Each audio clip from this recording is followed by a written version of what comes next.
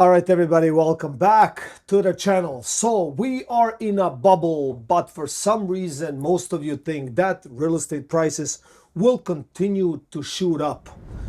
Well, let me tell you something. It's not going to happen, right? So there's probably a lot of stuff happening to prevent that bubble from popping. But we can argue the fact that the bubble already popped, right? Like it burst already, right? Like a year ago, 2 years ago, we are down by 15% on average. Condos are down by 30%. Depends where you live, could be even more, right? Outside Toronto, GTA. I've seen properties go down already by 30%. And I'm not only talking these pre-construction condominiums and all of that stuff, I'm talking literally detached homes. As an example, I've traded in Niagara Falls. These homes were selling easily, like hot cookies, around 1.1 to 1.2 million dollars.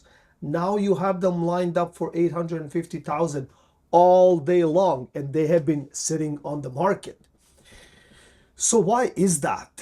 I mean, we're getting probably into a phase where it's kind of like a denial phase, right? Like, people have been invested largely into real estate and they have seen gains. Like people saw that they could make money on it, right? It's that entire system that was, well, created, made, it has been around for a long time. And obviously, real estate has these up and downs and cycles. And if you catch on that wave, let me tell you, you make money. So it became almost like, I would say that people became addicted on that particular real estate wave. And, like I do comparative market analysis for different people, different clients, different areas, communities every single day.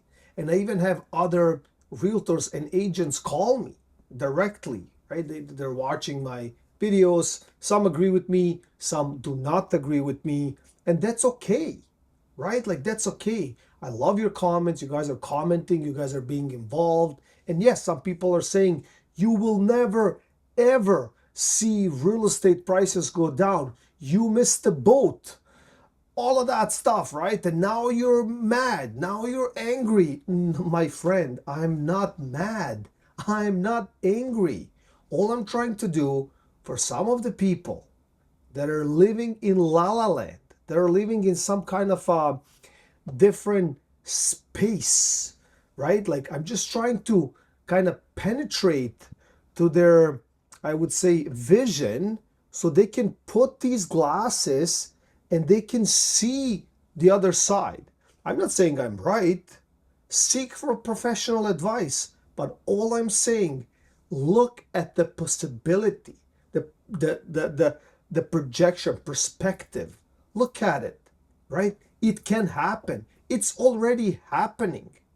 In the early 2022, 99% of people that I spoke to, mortgage brokers, agents, investors, speculators, people that had no idea what's going on in real estate, all of them, every single person told me, well, guess what?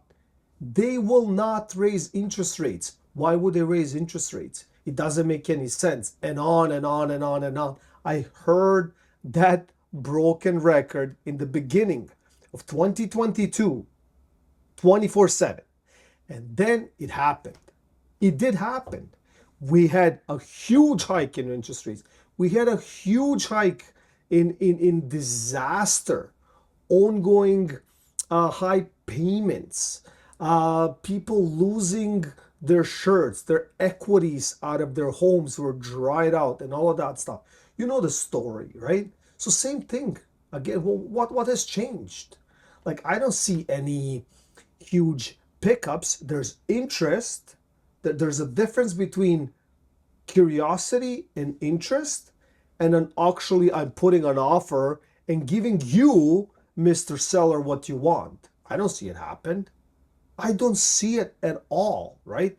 And the question is, are we going to see a market, a healthy spike up, hot market in 2025, spring, summer, fall, you pick one. I'm telling you, not going to happen. Yes, things will sell because there's need for real estate still. It's not dead, right? People will trade. At what capacity? I don't know, right? However, and whatever we say today, there is definitely a possibility. We have to factor in that possibility that there will be a huge increase and a spike of inventory. Now in spring market, guess what? Everyone is waiting, like waiting for like a game, like a soccer, football game or basketball game, right? Sports event. Now, springtime, ching ching, everybody will wake up and let's go. Not going to happen. Like we will have so much inventory that we will not be able to absorb that inventory. Not touching on 40,000 pre-con units coming up in 2025 and another 35,000 units in Toronto GTA pre-con coming up. That alone, never mind thousands that we cannot even sell. So condo market is dead.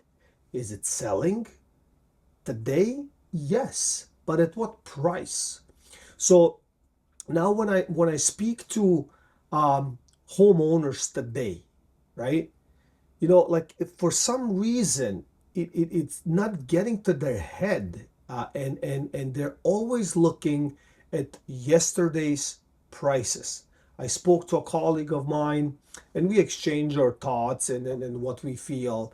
And he mentioned on one of the listings, he said, "I'm so surprised that that particular listing in that particular area did not sell." Yes, it's a little bit on a bigger street, like more trafficy street. Nothing crazy. It's not on 401 or anything like that. But it's not like the cul-de-sac court or anything like that. So you get my point. But all I'm saying, even that gentleman, my colleague, was so surprised. And he is a big agent in that particular area. Very huge, respectable agent. And he said, "I'm so surprised. That house has been sitting on the market for 76 days.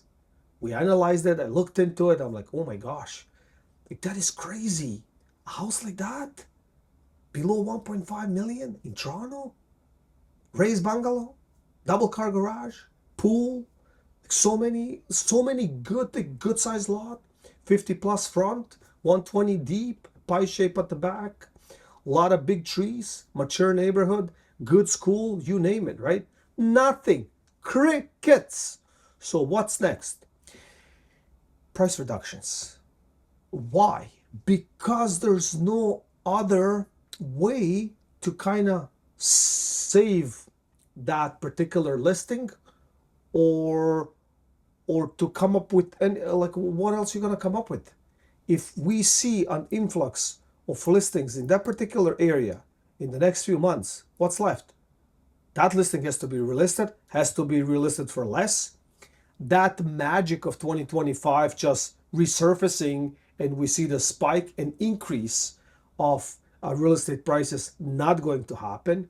Our dollar is going to it's breaking, it's falling apart. Like I don't even know where it's at, but it's 70 and change, right? So think about it. Like we're sacrificing our dollar, so we have to keep up that particular housing bubble, still in a bubble, right? Because obviously the banks, think about it, the banks, they don't want your house. They don't want you to come and say, here's the key. I don't want my house anymore. They don't want that. Of course, they want you to pay your mortgage and the interest rates. That's why they give you the money. They need a return on it, right? But there's a high chance that they might not be able to control the bubble, the actual dollar, because it's sinking every single day. And now our neighbors are claiming that we will become, part of their country. Now, having said that, let's say I don't know if it's going to happen. It's way above my pay grade and all of that stuff. But let's say that happens. Let's say in a year, 3 months, in a day, tomorrow we wake up and we're one country. Where would you rather want to live? Would you rather want to live in a condo or a house in Toronto or northern Toronto for 1.5 million, 2 million, or a crappy condo for $700,000? Or with the same amount of money, go across the border, which there's no border anymore, and live in Texas in a mansion for the same money. More growth, more employment, better weather, you name it.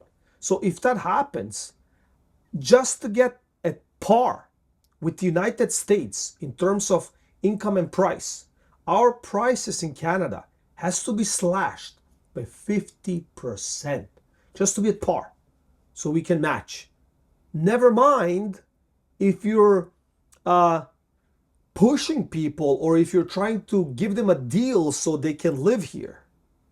What needs to happen? The prices need to be slashed by 70% because you need to live in a cold environment and all of that stuff. You see where I'm going with this. So if that ever happens, I think Canadian real estate will be gone, will be cut in half automatically the next day because there will be more opportunity. You can just sit, cross here by Niagara Falls, see you later. I can live everywhere I want, no problem.